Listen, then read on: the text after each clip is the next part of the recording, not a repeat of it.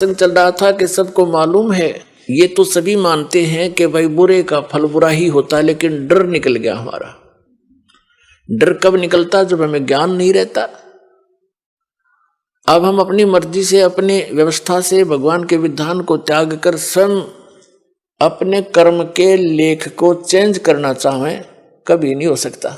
जिस समय कंस ने अपनी बहन देवकी का विवाह श्री वासुदेव जी से किया, श्री कृष्ण जी के माता पिता थे वो, और कंस उनका मामा था, तो उसने बड़े प्यार से अपनी बहन का विवाह किया और उसको सी ऑफ करने के लिए अपनी नगरी की सीमा तक छोड़कर आते थे। स्वयं रथ को चला रहा था और दोनों उसके बहनोई और बहन रथ के पीछे बैठे थे। रास्ते में आकाशवाणी होगी कि तेरे मारने वाला कंस तेरी बहन की कोख से पैदा होगा, उसका 8वां पुत्र तेरी मृत्यु का कारण बनेगा। अब देख अकल की कमी है। एक तरफ तो कंस ने वह आकाशवाणी साची मान ली कि 8वां पुत्र होगा तेरी बहन का, वो तेरी मौत उसके हाथों है, ये तो अटल मान ली उसने सच्ची होगी। फिर जो सच्ची मानी तो उसने फिर उसको बदलने के तरीके अपनी सोच से अपनाए, अज्ञानियों की सलाह से। वहीं से रथ को वापस मोड़ लाया और उनको दोनों को मारने लगा। अब अपनी मौत तो इतनी प्यारी, और बहन और दामाद उसके बनोई की मौत उसने कुछ भी ना समझी, अकल के हीन ने।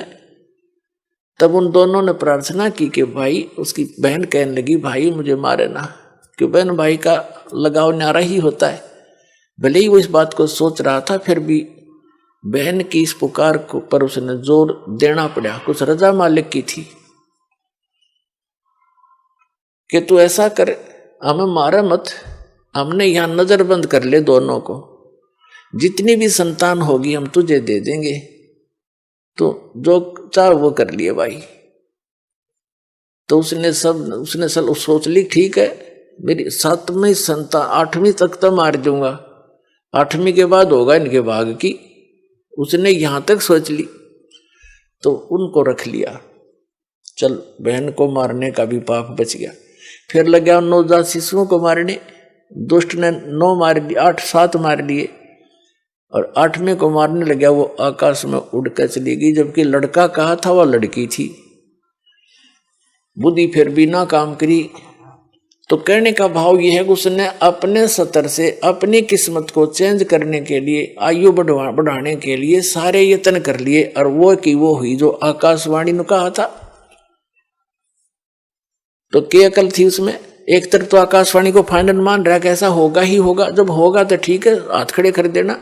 अगर मैं दुष्ट हूं, मुझे शायद मैंने भी कभी उस बच्चे को मारा होगा, आज अपना बदला ले लेगा, 8वीं संतान कौन सी आज्ञा हो जाएगी, तो इस करके जी लेना चाहिए था। और वो मर्या भी और पाप और इकट्ठे कर लिए। जब उसको ये पता चला ना कि आकाशवाणी फेर होगी, काल के तो ये काम है, पाप का घड़ा भरुआ है वो।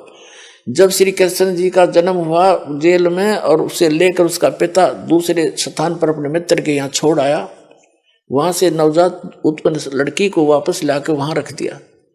तब आकाशवाणी हुई कि तेरे मारने वाला पैदा हो चुका है, लेकिन जेल से बाहर।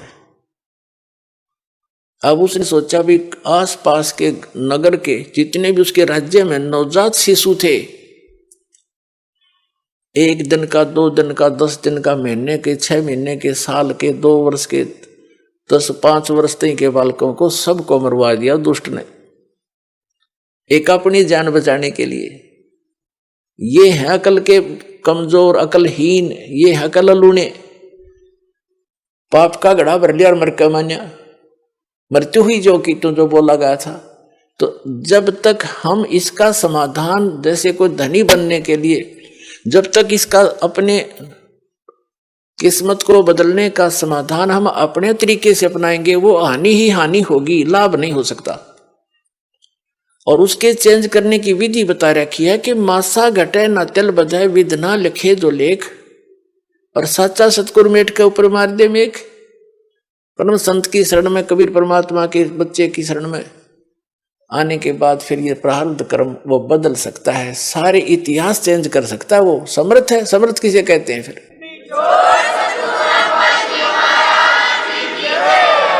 अपने आत्मा परमेश्वर हमें याद दिलाते हैं कि तुम यहां के वासी नहीं हो,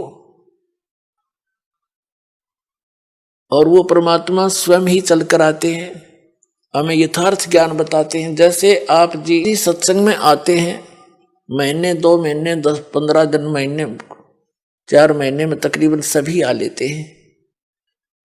तो अन्य व्यक्ति तो ये सोचते हैं कि ये कितना हानि करते हैं, किराया लगता है, काम छोड़कर जाते हैं। पुण्यात्माओं, आप जी को ये ज्ञान होना चाहिए कि आप जहां से चलते हो और यहां तक जो भी आपका किराया भी लगता है वो भी परमात्मा के पुण्य में है, आपका धर्म में लग रहा है वो पैसा, वहां से लेकर यहां तक। और जो दान धर्म करते हैं आपको वो तो डायरेक्ट दिखाई देता है कि मैंने दान डाला है, मेरा पुण्य हो गया, लेकिन वहां से यहां तक आने और जाने का जो आपका किराया है वो भी आपके धर्म में लिखा जाता है। अब बगैर ज्ञान के हम ऐसे उलझे रहते हैं, अपने आप धनी बनने के लिए 100 तरीके अपनाते रहते हैं। परमात्मा कबीर जी कहते हैं, कल्पे कारण कौन है कर सेवा निकाम, मन इच्छा फल देऊंगा जो पड़े मेरे ते काम। कि मेरे सतर का, जो भगवान के सतर का तेरा कोई ऐसे कार्य आवेगा, कोई आपत्ति आवेगी, तो फिर कहता है तू चिंता ना करना, तेरा मन इच्छा फल दूंगा तुझे। यदि तू परंतु रहना पड़ेगा तूने मेरी मर्यादा में। भगत की कैसी मर्यादा है? भगत और जगत का आपस में मतभेद सदा से रहा है। इसका कारण क्या है? इसका कारण यह है कि भगत की परंपरा मर्यादा जगत से भिन्न बन जाती है, और जिन परंपराओं को लेकर वो पहले समाज में चल रहा था, इतने वजन को उठाकर इस भक्ति मार्ग पर प्राणी चल नहीं सकता। जैसे कोई यात्री है, यात्रा कर रहा है, वो पहले ही सोच लेता है आवश्यक वस्तुएं ही लेकर साथ चलूं, अधिक गठड़ी उठाने सफर नहीं कर पाऊंगा, उसको अंडरस्टूड होता है, तो वो ज्यादा नहीं बांधता, एक थैला छोटा सा काख में टांगा, आवश्यक वस्तु डाली और सफर पर चल पड़ता है। जो भक्त बन गया वो परमात्मा के मिलने वाले मार्ग पर चल पड़ा, और जो भक्त नहीं बना वो वहीं बैठा अपने घर पे, वो उस वस्तु को प्राप्त नहीं कर सकता। तो उसकी मर्यादाएं कुछ अन्य हैं, उनसे हटकर हम अपने सीमित करके इस सफर पर चल सकते।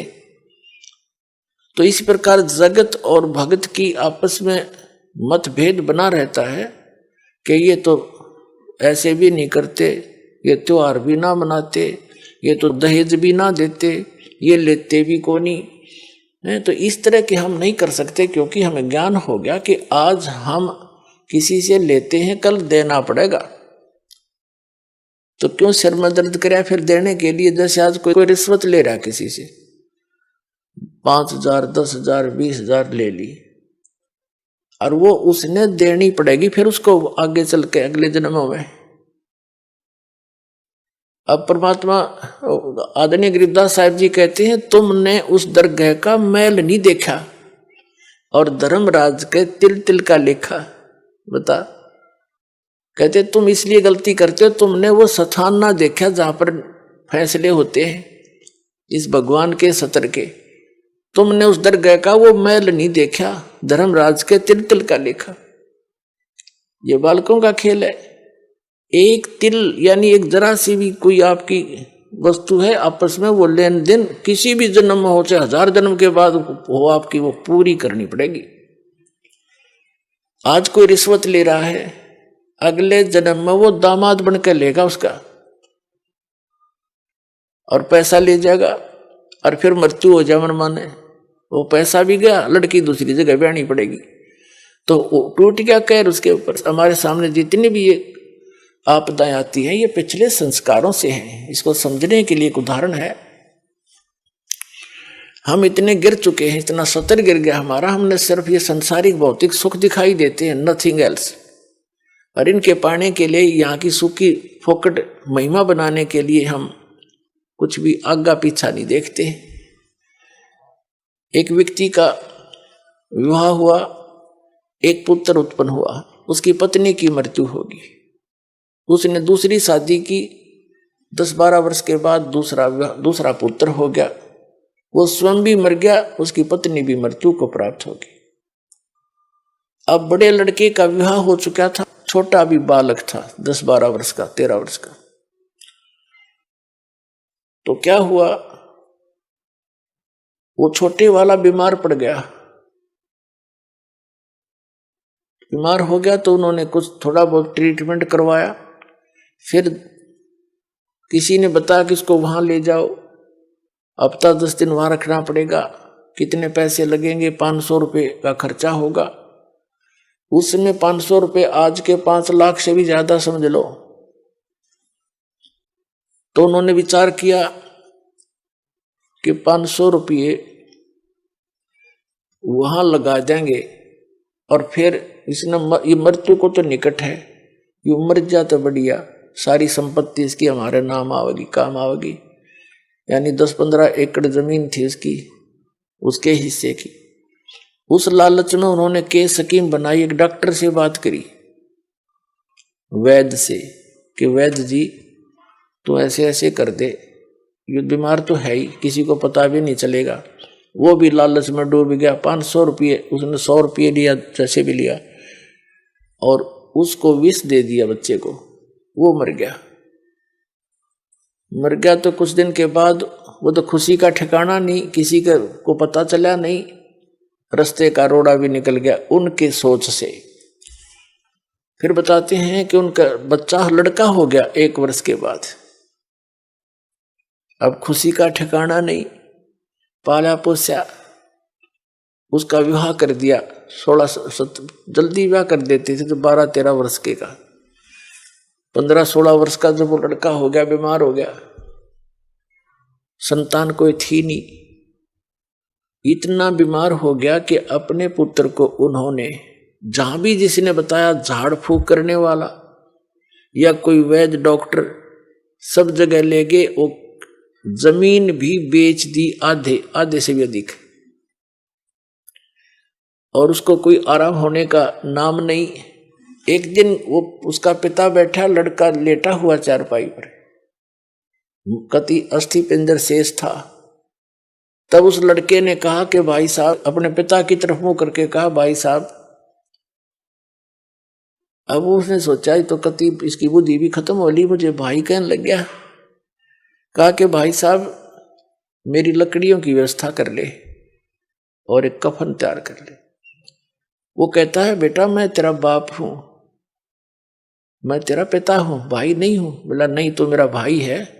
अरे सुन ले राम कहानी, मैं तेरा वही भाई हूं जिसको तूने विष देकर मारा था।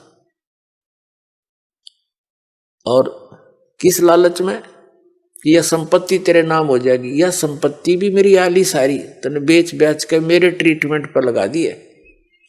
अब केवल तेरा मेरा हिसाब एक कफन और लकड़ियां का रह रहा कर ले तैयार।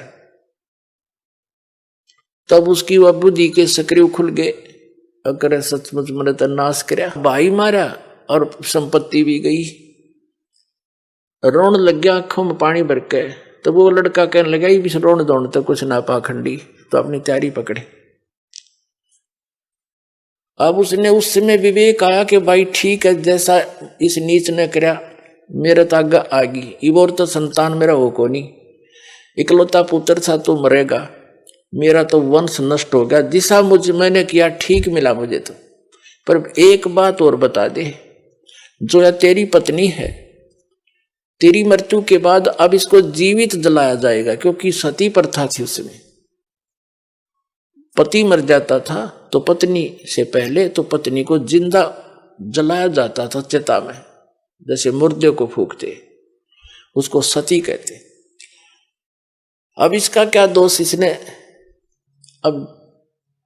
अब इसको जिंदा जलाया जाएगा। तब उसने बताया कि वो डॉक्टर कहाँ है जिसने मुझे व्यस्त दिया था, वैद्य।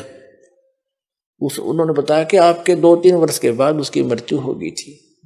तो उस लड़के ने बताया कि ये वही है, ये डॉक्टर मेरी पत्नी, अब यो भी भोग लेगा अपने करे हुए को। तो पुण्यात्माओं, ये भले ही आपने कथा लगती हो, पर विधान है परमात्मा का। यो तुमने उस दरगाह का मैल नहीं देखा, और धर्मराज के तिल तिल का लेखा, एक एक पाई पाई का हिसाब होगा वहां पर। तो इस प्रकार हमने परमात्मा पर विश्वास करके, और जो साधना दास बताता है इसको करके देखो, और फिर लाभ देखिए उस परम पिता के। आपकी किस्मत से न्यारे देने लगेगा आपने, आप सोच भी नहीं सकोगे भगवान, हम तो सुना करते भगवान ऐसा कर देता है, पर और आज हो रहे हैं हमारे साथ। आपके कई दिन में समझ में नहीं आओ यू हुआ कैसे, यू कार्य कदे सोच भी ना सकते, यू तो किसी तरह भी होने का नहीं था, और ऐसे कर देगा आसानी से, आप सोच भी नहीं सकते। और फिर आपका विश्वास और दृढ़ होगा, ऐसे भक्ति में लग जाओ। जैसे